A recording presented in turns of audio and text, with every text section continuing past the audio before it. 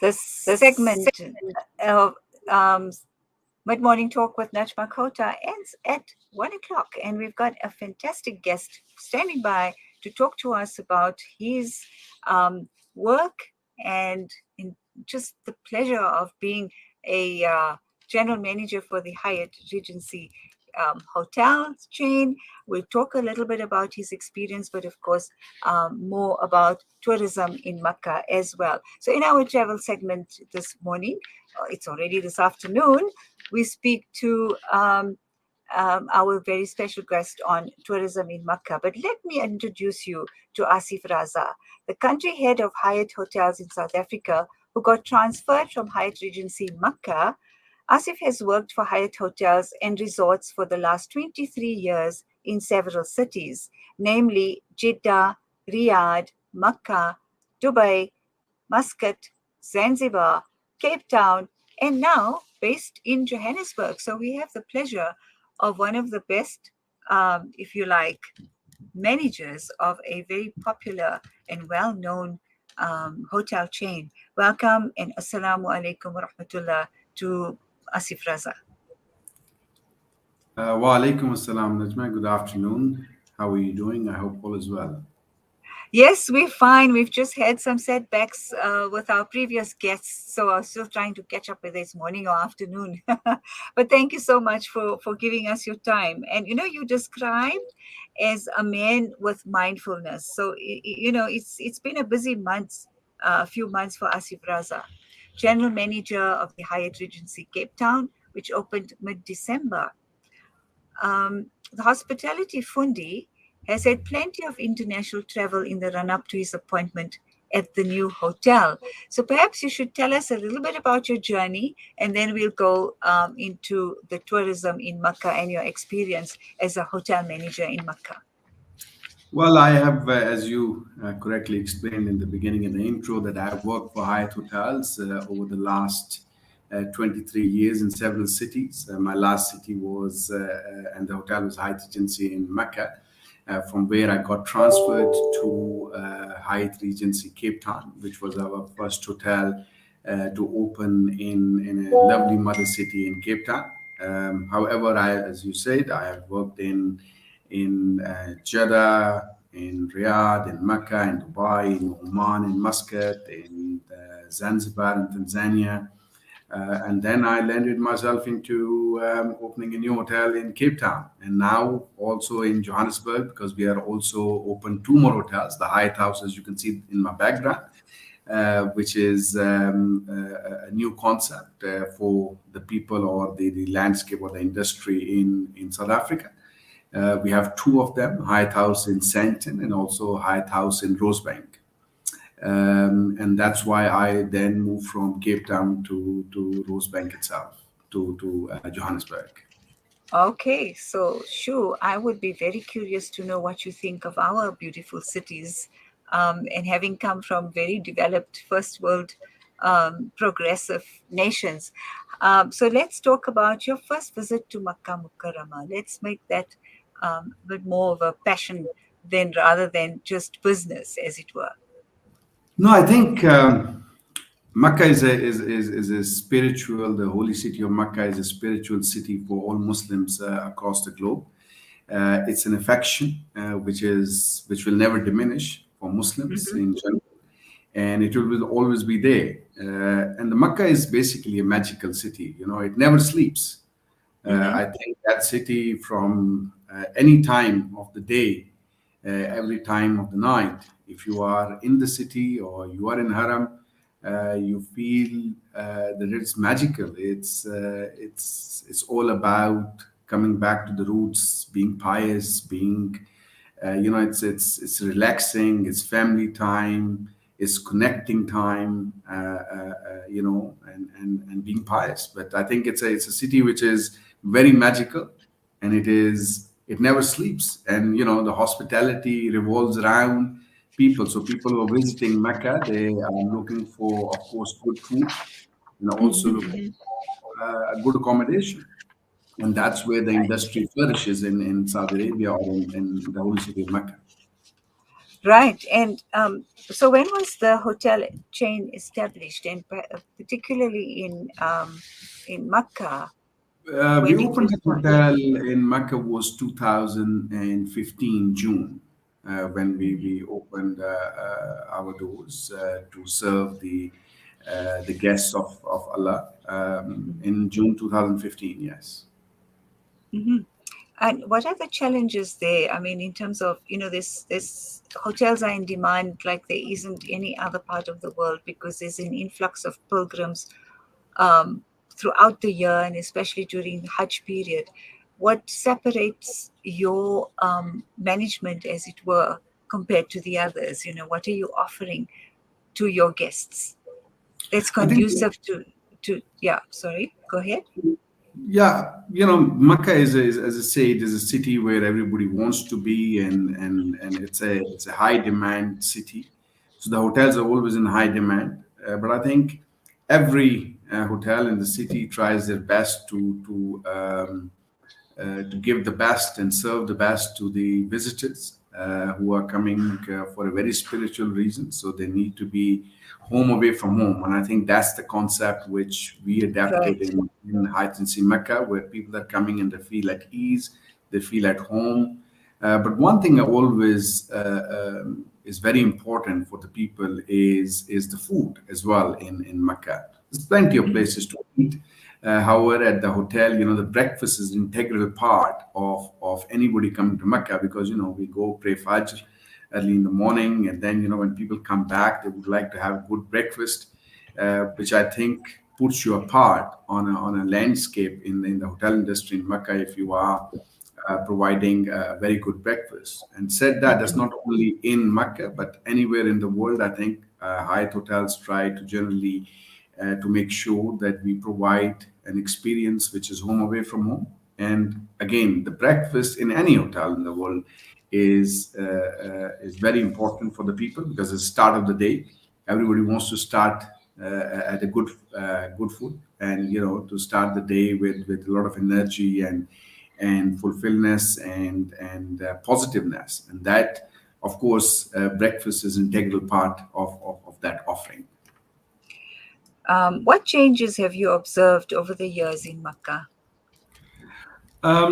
I think the landscape of Makkah or has changed considerably over 7, 8, 10 years, is in terms of the city itself, in terms of accommodating the requests of the pilgrims. So starts with, of course, the new airport in Jeddah, which is a milestone. It's a Mhm. beautiful and a nice architecture, and then of course going to Mecca, from Jeddah airport where you land. Of course, now in the last 5, 6 years, they have developed the railways, which is of course cut the journey, and going through a bus or anything else cuts down to nearly 20 odd minutes or so. Very comfortable with so the transportation is one sector which grown quite a lot. Also, with the new airport, more airlines, more destinations can fly in. So that helps Muslims across the globe in order to reach Saudi Arabia. And the third, I think, is in terms of tourism sector, is the visa facilitation. So they have also relaxed the rules across board for many people to access visas, and it's very electronic. So the people can really come to city at ease, and then to get transported to Mecca. And then comes the hotels, where also the landscape of the hotels, many hotels have opened, many chains have opened.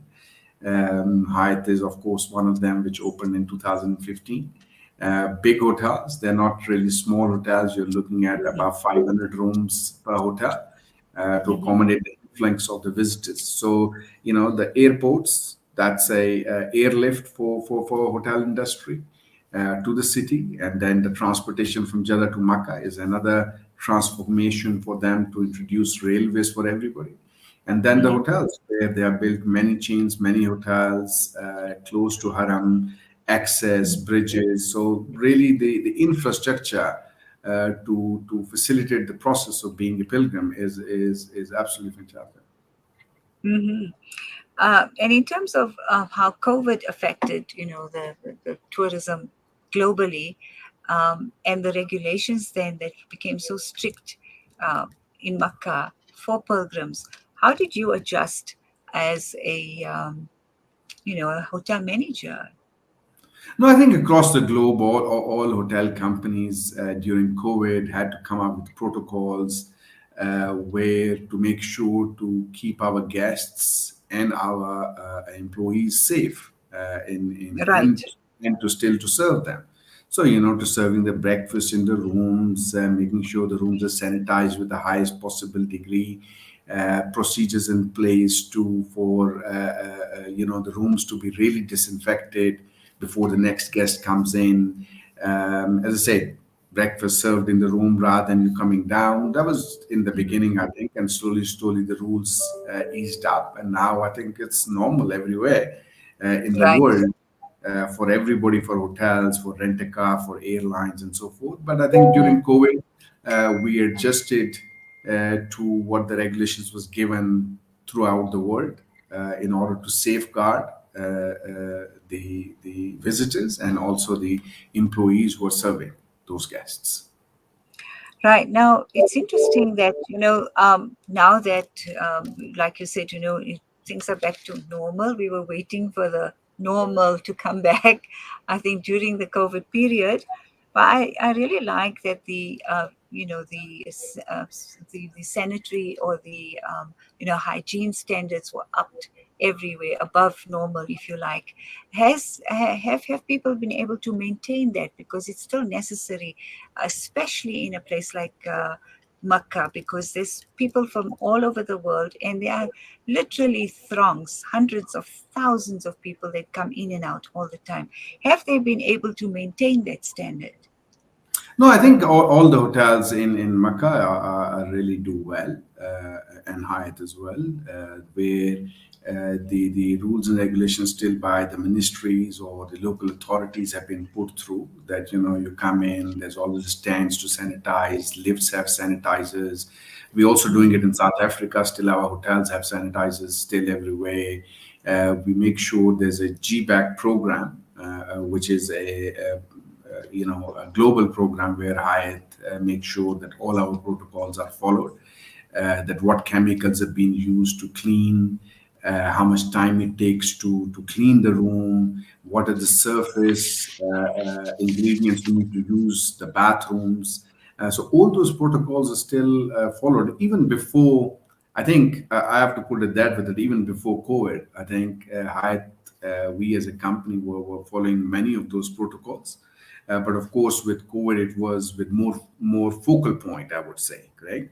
Versus just doing it on daily basis. But I think all good hotels across the globe and companies were always following the step foot of making sure that the cleanliness is a integral part of being anybody at the hotel. So we also, just to emphasize on cleanliness, as you said, so like for example in South Africa, as I said, we have three hotels, and in those three hotels as well, we take cleanliness very seriously. All the entry points, exit points have still sanitizers available. We make sure as much digital we can do, so you can have a digital key on your phone, so you don't have to touch anybody's else key. You can open your doors by using your phone itself. You can Uh-huh. you can you can cut yourself a digital key rather than asking anybody else. So we go into quite a lot of detail. So we use Mm. technology in Hyatt hotels to embrace the cleanliness, and also the cleanliness is integral part of our KPIs across hotels. So, for example, when if somebody stays at the Hyatt Regency in Cape Town or Sandton or Makkah or Rosebank, you will get a survey where cleanliness is one of the major questions to be asked, Hmm. saying, did you feel that the hotel room was clean? Did you feel that the ancillary services provided was clean? And you can Mm. rate our hotels accordingly once you check out, because that email will give us the idea how good are we doing. And I think that's Right. why we the question there because it's supposed to be very integral part of our offerings for anybody visiting the hotels. Correct, correct. So coming back to Makkah, what has been the main highlight for you in managing a hotel in Makkah in comparison to other countries? I think one is business because it's, as you said, it never sleeps and it has Sure. plenty of people coming in at various times. So you can't really. In other some corporate cities, your major arrivals are only at one time and not throughout the day, and the staff can get themselves a bit of a break in the afternoon because the flights are morning and night. But I think Jeddah Airport receives flights across the day because of the number of influx of people traveling to the city of Mecca and to the country itself. So I think that is one challenge to make sure that we are constantly servicing the guests coming in, and of course another challenge is if there's an early flight, people come in, they are in Ihram already, they would like to get a room before they go to Haram, and we would Mm, like to accommodate everybody so that they can be at ease before they go to haram because you're wearing a haram, you want yes. to relax a little bit before you go to haram itself because you had a long journey Hmm. by plane, then by train or by car. So I think that is quite challenging versus anywhere else in the world because people are in haram, and the haram is you have to keep it clean. Hmm. You have many things which goes with the rules and regulations of wearing an ihram, and until you perform your umrah or salah. So that's that you have we as hotels have to make sure that we embrace that and keep that in account and make sure that the people are at ease. Right. So, do you provide any tours through your hotel? You mean here in South Africa or? Well, Makkah specifically. Yes, so we have concierge where people can stop by and ask for to go to different destinations within Mecca or to do the religious sightseeing, what we call it, correct? To go to Mm, Ghar Hira or the other places which people would like to visit if they're there for a longer period of time. So we do provide those services, and they can see it on our websites, and they can also book it through our concierge desks, yeah, or to reception in the lobby. mhm. So, just a question in terms of your observation and living in Makkah for such for the period that you did, what have you seen change in terms of historical preservation of the holy sites, apart from, of course, the Haram itself, but the ones you mentioned when one goes on ziyarah, as it were. What have you seen changed in terms of accessibility or just the preservation itself? How has that changed? So I think because of the influx of people come in, and the government is fully aware, and they make very good plans in terms of infrastructure. So go for Ziara, all the Ziaras have been preserved well. There is you can book them in advance. So that helps rather than just everybody trying to reach at the same time.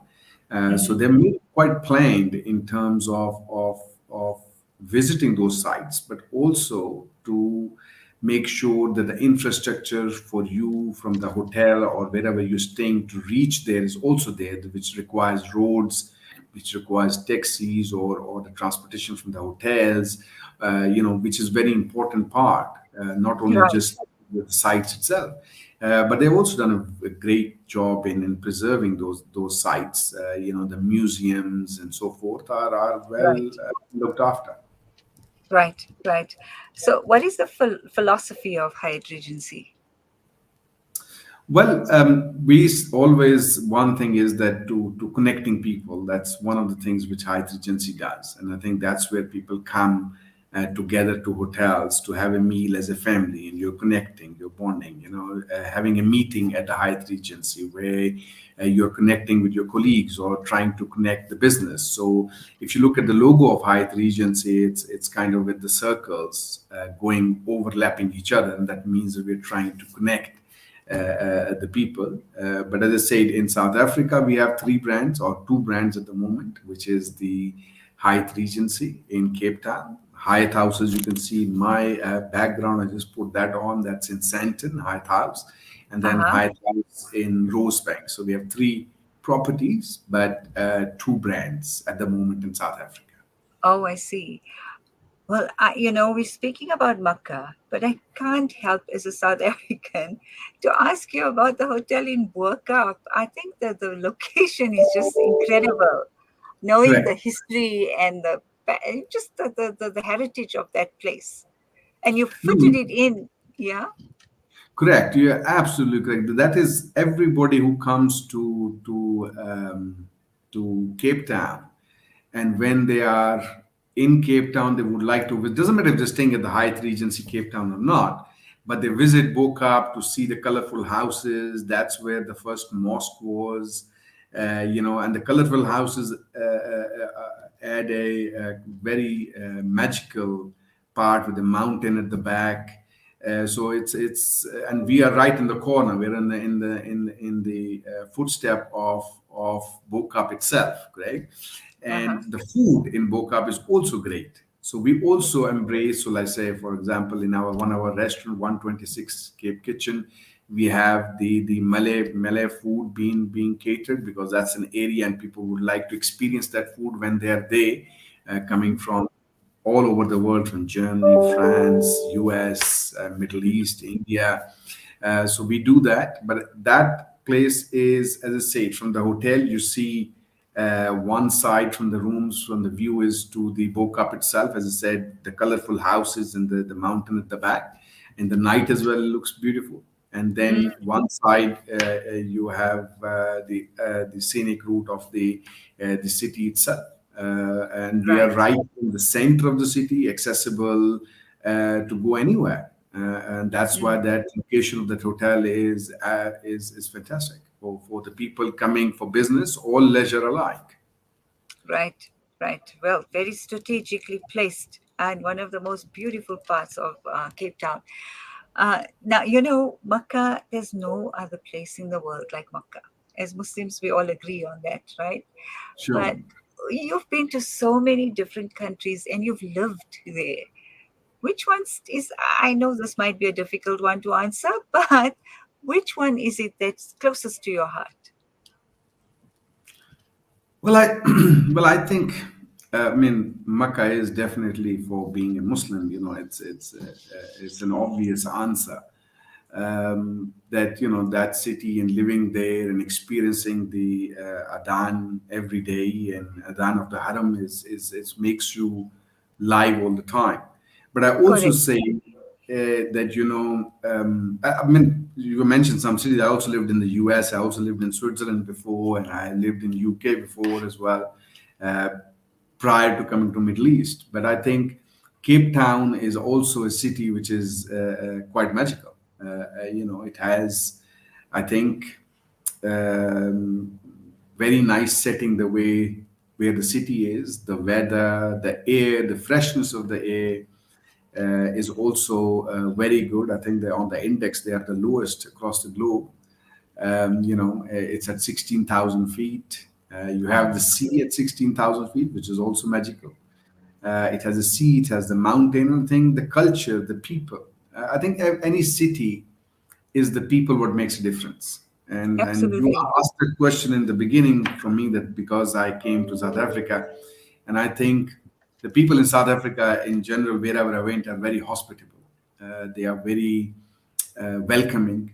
I mean, I met people across different walks of life in South Africa, from business to leisure to traveling on my own with my family. And I think everywhere I went, it was very welcoming. And I think that one of the takes what makes the countries or makes the cities. If the people are welcoming, it makes for anybody to come to that country or city easier. And that's why, if you look at it, the tourism industry in South Africa is again starting to boom after COVID, or I Hmm. think it's booming already. It's reaching to the marks of 2019 and before. So South Africa is a great place for people to visit from across the world. It has many things to offer, from the wildlife, to the mountains, to the sea, to the people, to the culture, because it's also not young cities. These cities are culturally heritaged by thousands of years, correct? So Mm. you have many sites which are beautiful and I think very relaxing, very educating. It shows how Muslims went from one place to another, what happened across the globe. So it is very nice, and I must say I feel privileged to be in South Africa and to be part of this great nation to serve them. Well, that wasn't a prepared question, but I was hoping you would highlight South Africa and specifically Cape Town. So that I don't have to say anything after that. I just think we as South Africans should build our hope on what you've just said, because South Africans at the moment are feeling really despondent about what's, political landscape, all the challenges we're facing right now. So it's good that we ended on that very I have to hopeful. say, Najma, that everywhere in the world there are challenges across the globe, correct? Absolutely. We have to look at the positive sides of it.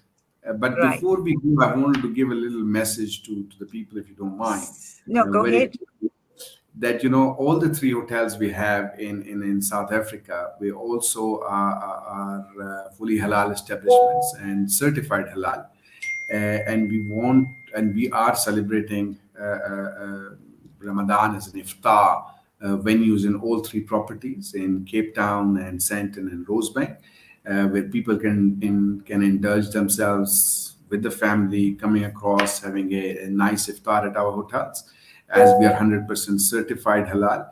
And also, just a small thing, which is just to even to enjoy a chai, after iftar or after Taraweeh. Taraweeh, correct? You can come to our hotel. We have authentic chai experience available for the people to experience themselves. So we look forward welcoming people to our three hotels during Ramadan, and we will be at your service. And we wish everybody in South Africa a blessed Ramadan in advance, and all of our other guests who are staying with us for business or, as I said, for leisure, like we are there to serve them always from dawn till evening. Thank you very much for that. Likewise, we wish you also a blessed Ramadan and success in our country. And welcome and thank you. Thank you very much, Indan. Much appreciated for having me on your program. It's been our pleasure. We really appreciate the time you've taken. I'm sure we'll find a way to catch up again at some point. Jazakallah I, khair. I look forward. Jazakallah. Okay, assalamu alaikum. Wa alaikum assalam. That's the show for today, this edition of Mid Morning Talk with Najma Kota, every Mondays between 11 and 1.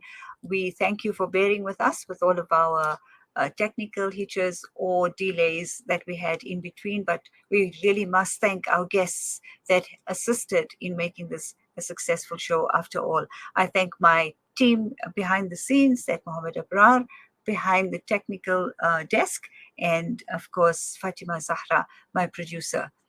Until next time, Assalamu alaikum wa rahmatullah.